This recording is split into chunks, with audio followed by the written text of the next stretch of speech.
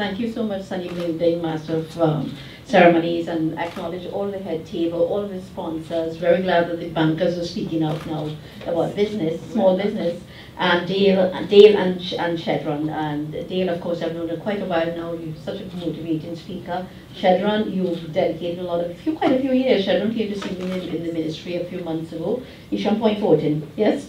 And that we have that as common. But I'm very, very pleased about the work that you're doing and the commitment that you have to small business. So it's a pleasure for me to be here to join you this morning at the launch of this Global Entrepreneurship Week for 2017. And from our perspective at the Ministry of Trade and Industry, this is a very exciting event and an exciting period for entrepreneurs, particularly the young ones in Trinidad and Tobago.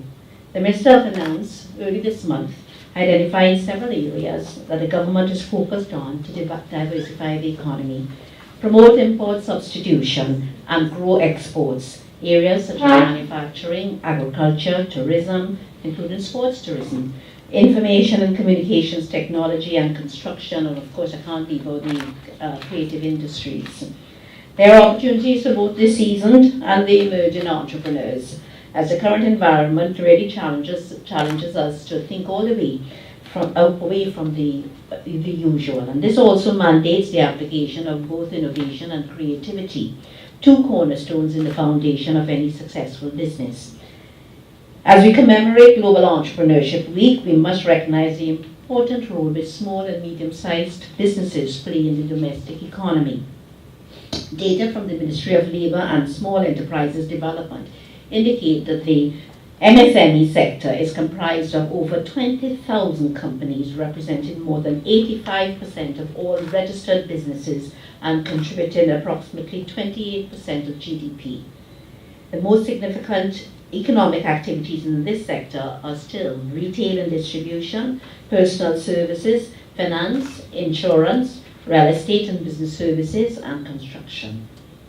The entrepreneurial spirit in the non-energy sector is pivotal to our nation's economic development, and historically, many of our entrepreneurs have successfully overcome myriad of hurdles and through their innovativeness and their commitment to excellence and their tenacity, and they've really changed the global landscape. I'm talking about global, local, and regional landscapes.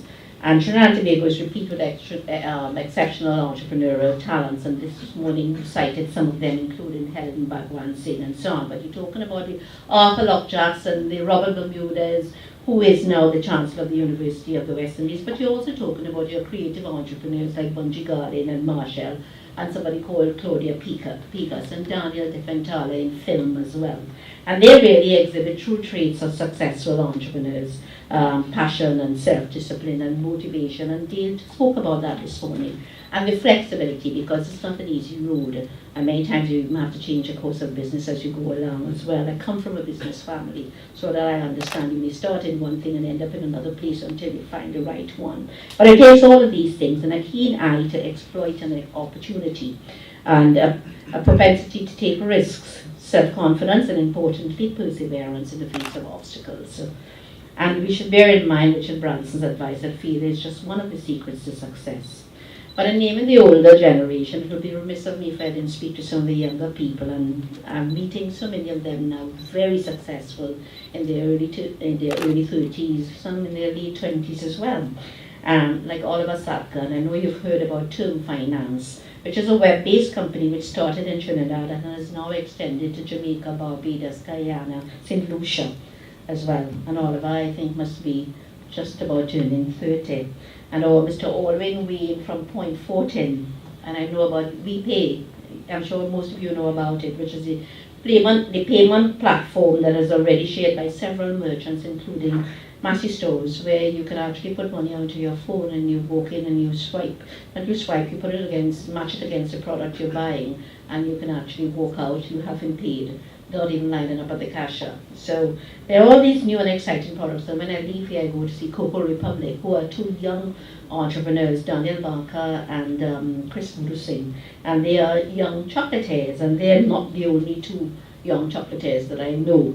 There are people in Sandy Brandy, and there's a young lady at Ortinola Estate who really developing world-class chocolate products. But So that the journey that you now face is one that is different and it's unique. It's requiring very distinctive skills. And many of you who spoke this morning have described some experiences. Michelle spoke about experiences and offers and so on. But there are all kinds of issues that you as entrepreneurs and innovators will face. And I'm encouraged that strides continue to be made by both the private and the public sector in support of the business community in the existing global economic climate. To talk a little bit about our Vision 2030, which is our national development strategy for Trinidad and Tobago for 2016 to 2030. And this identifies the need to create a culture and climate for entrepreneurship and innovation towards creating the economy of tomorrow. This blueprint for development envisages the transformation of the country into a society where young people feel confident in their own ideas, to seek out and create their own opportunities, engendered by an education that encourages entrepreneurship and innovation. The government has thus adopted a multi-pronged approach to achieve the objectives of the National Development Strategy, including support for a culture of research and development. Vision 2030 also emphasizes the necessity of the private sector harnessing such activities to enhance growth and competitiveness. If we are to increase our competitiveness, our product and process integrity, quality and excellence are paramount. And to this end, the government has developed a national innovation policy which has recently received Cabinet's approval. Implementation of this policy will create an environment that will position Trinidad and Tobago among the leading knowledge and skills-based countries in the hemisphere.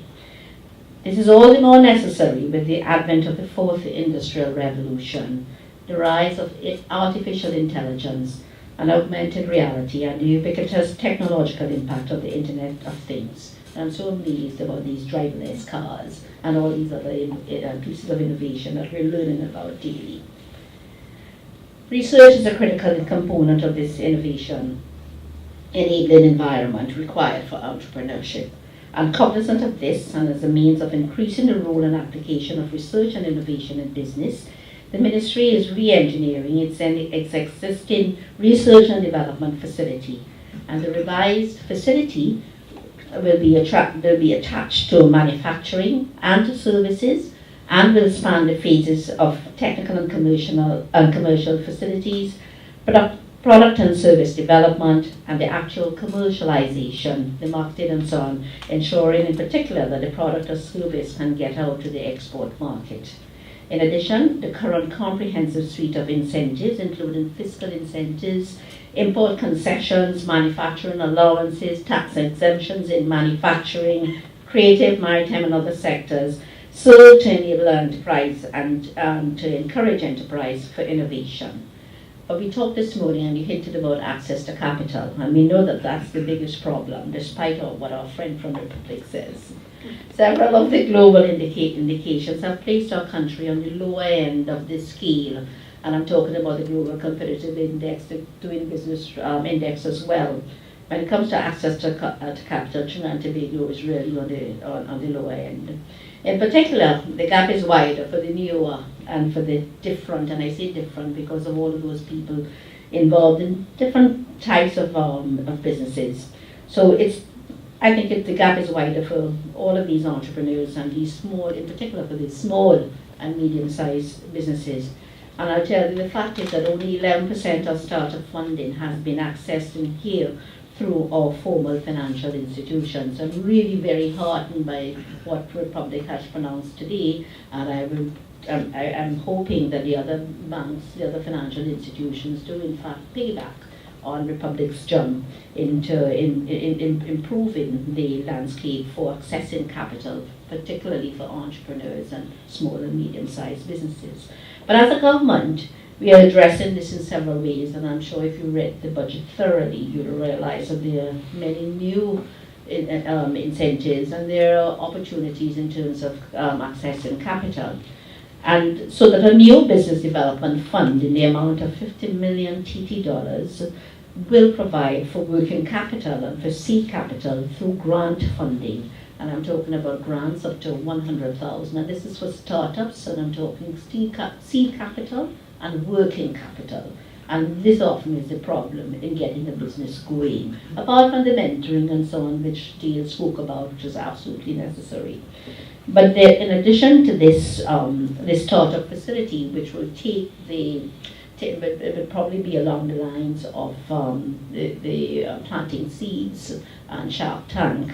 Apart from that, the Ministry of Trade and Industry is about to start its $25 million grant fund facility for small and medium-sized businesses already established. And I say already established, and we've put a ceiling of 2 years, so that if you're there, if you're just about 2 years in business, this is where you can go. But it's largely for purchasing of machinery and equipment, and is geared more or less towards manufacturing and processing, agribusiness and so on, agribusiness agri-processing. And that one is $250,000 per business. And this is, as I said, for the purchase of equipment. And it's geared more or less, I would say, to exports. And this is something that will be launched in the first week of November. So I'll be giving further details about how this scheme registry system. And we've been speaking with our stakeholders, all of the formal financial institutions, about this collateral registry and secure transactions regime. And what this will do is to allow for the use of movable property as security. You know, when I say movable as against immovable, we talk about land and so on. So I know that one bank, and I'm not going to call its name, launched a facility for small and medium-sized businesses, and I'm told that it's done so well. I mean, I asked what kind of security would most of the persons offer, and I was told most of them would be land. And I know that's the issue with entrepreneurs seeking to develop their businesses. So the secured registry, this collateral registry and secure transaction regime will allow you to use movable assets. So I'm talking about a piano, or really non-traditional items of security as security. And I really hope that we can push through with it. The program is live and it's working in Jamaica, and there's no reason why we can't try to push this through here. But it needs buying from the bankers, right? And it certainly would it certainly would be an avenue for increased financing for entrepreneurs. There is also, the Minister of Finance also announced agricultural support financial assistance in the form of a $100,000 grant per business for new and existing farmers. And agriculture is such an exciting field in terms of not only farming, but the value added and the kinds of processing, a myriad of businesses that you can get into, as I said, in farming and in also the value added. And there are, of course, several opportunities within the tourism sector. And as we roll out all of these programs, I invite you to listen carefully and to see the opportunities for growth and the development of all of your business ideas. So that the government is reforming the enabling environment to facilitate entrepreneurship and innovation, and also investing in new economic infrastructure for innovators. Those requiring infrastructure can therefore obtain land lots and so on at the Tamla Intech Park in Wallerfield, which caters for businesses in ICTs, business process outsourcing, data processing centers, animation and software development, high-value manufacturing and financial services. And we spoke about land lots, but I know that land lots is something a little bit beyond your reach, and something that we have to look at, therefore. And it's in an idea stage with me. We have ideas too, and therefore we have to look at the possibility of doing probably some buildings that we can lease out to young business persons as well. So it will help us and help you to get these new business sectors going, if we can find a medium to provide the right type of spaces that make it easier for you to jump in easily to these areas. So, and then of course you would have heard us talking about the agro-processing and light industrial park in Maruga, which is scheduled to come on stream in 2019. And again, at that site we will have buildings as well, 5 buildings for those who are not quite ready to take the deeper plunge of land lots and doing your own buildings and so on. So there's a lot going on in terms of government creating finance and not only the finance but the spaces as well for business development. So together with our key partners, the government continues to make a concerted effort to create a favourable environment for entrepreneurs and enterprises, and this includes positively impacting current business conditions and improving the quality and the speed of service delivery by the public sector through projects aimed at enhancing the ease of doing business. I mean, I can't talk to young people unless I talk about e-commerce, right? So there's something called a national economic strategy that I will speak to in more detail in another month or so. And let me make reference to the quote by Mark De Massimo, who said that the internet remains a place where you can start with nothing and soon challenge the gods. So in order to facilitate the expansion of entrepreneurship, the ministry has been developing a national e-commerce strategy which seeks to facilitate and promote e-commerce for local businesses that are serving or intend to serve domestic and or international consumer markets.